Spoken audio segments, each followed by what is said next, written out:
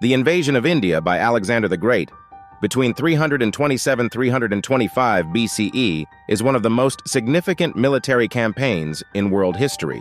It marked the easternmost expansion of Alexander's empire and was a key moment in the merging of Greek and Indian cultures. To understand this invasion, we need to explore not only the battles fought, but also the historical context, the key figures involved, and the lasting impact of Alexander's campaign on both the Greek and Indian worlds. Alexander the Great was the king of Macedonia, a region in northern Greece. Born in 356 BCE, he was educated by the famous philosopher Aristotle and was taught the values of leadership, strategy, and military tactics from an early age. When Alexander was just 20 years old, he succeeded his father, King Philip II, and began a series of conquests that would make him one of history's greatest military leaders. By the time Alexander set his sights on India, he had already conquered much of the known world, including the Persian Empire, Egypt, and parts of the Middle East. His ambition was to push even further east to the mysterious lands beyond the Indus River, which lay at the edge of the known world for the Greeks. Why did Alexander invade India? There are several reasons why Alexander decided to invade India. First, his conquests were driven by a desire for glory and a quest to become the undisputed ruler of the world. Having already defeated the powerful Persian Empire, he believed that India represented the last great challenge. Second, India was known for its wealth, particularly in terms of gold, spices, and exotic goods. Conquering this land would not only increase Alexander's personal riches, but also open up new trade routes for the Greek world. Third, Alexander was fascinated by the idea of the ends of the earth. The Greeks believed that India was the eastern limit of the world, and by conquering it, Alexander could claim to have reached the farthest point of human civilization, the road to India. Before entering India, Alexander had to prepare his army for the long journey ahead.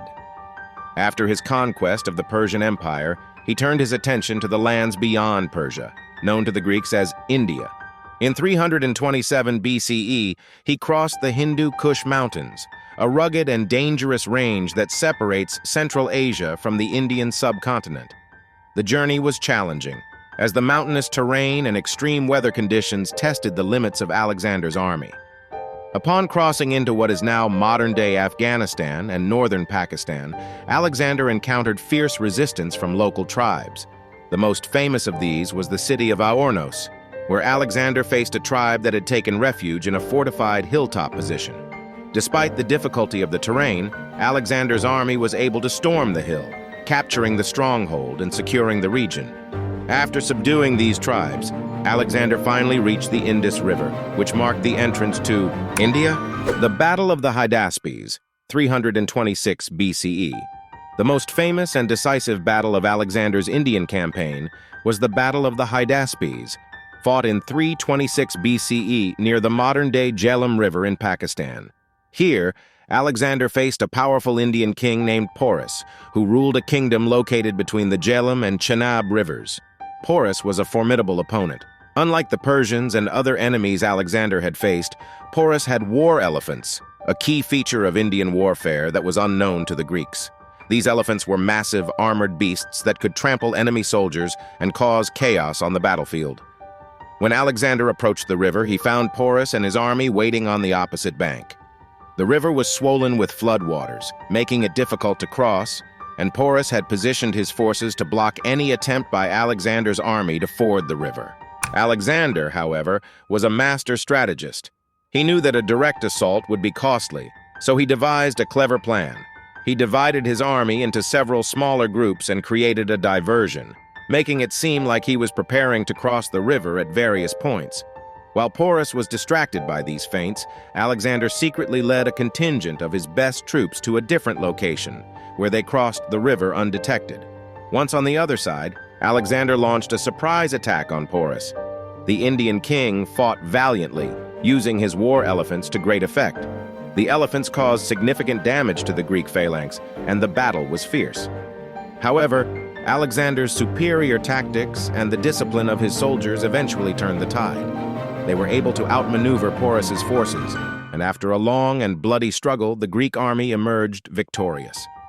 Impressed by Porus's bravery and skill in battle, Alexander spared his life and even reinstated him as ruler of his kingdom. In fact, Alexander respected Porus so much that he granted him additional territory, making him a loyal ally in the region.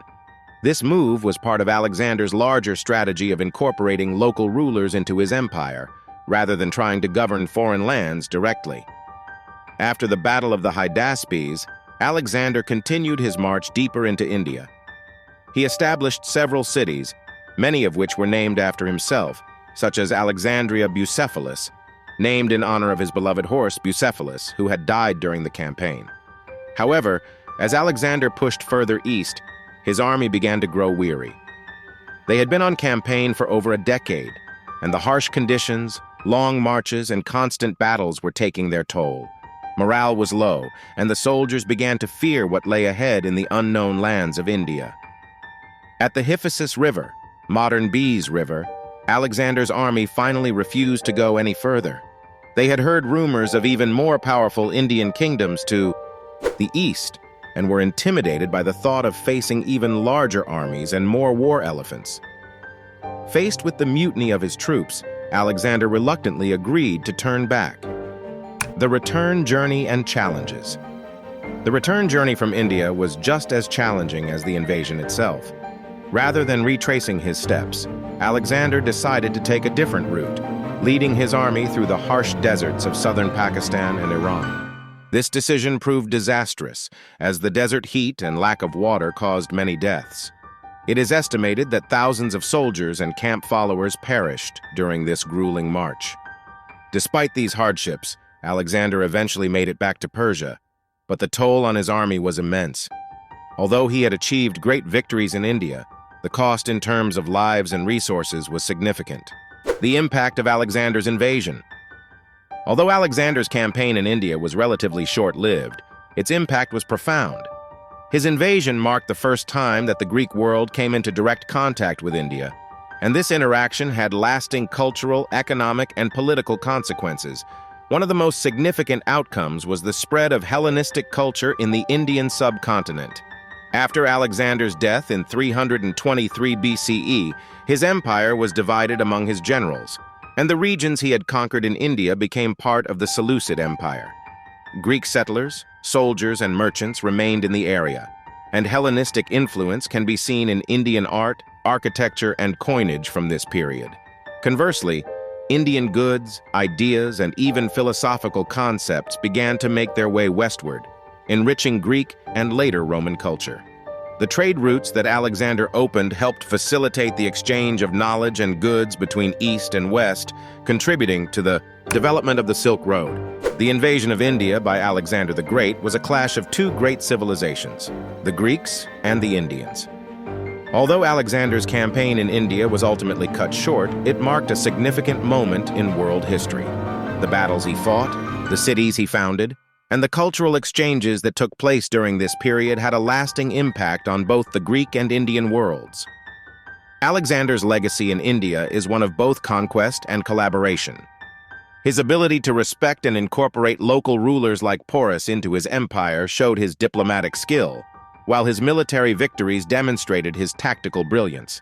Yet it was also a campaign that revealed the limits of Alexander's ambitions, as even the greatest conqueror in history was forced to turn back when faced with the immense challenges of the Indian subcontinent. In the end, Alexander's invasion of India stands as a testament to the power of cultural exchange and the far-reaching impact of one man's quest for glory.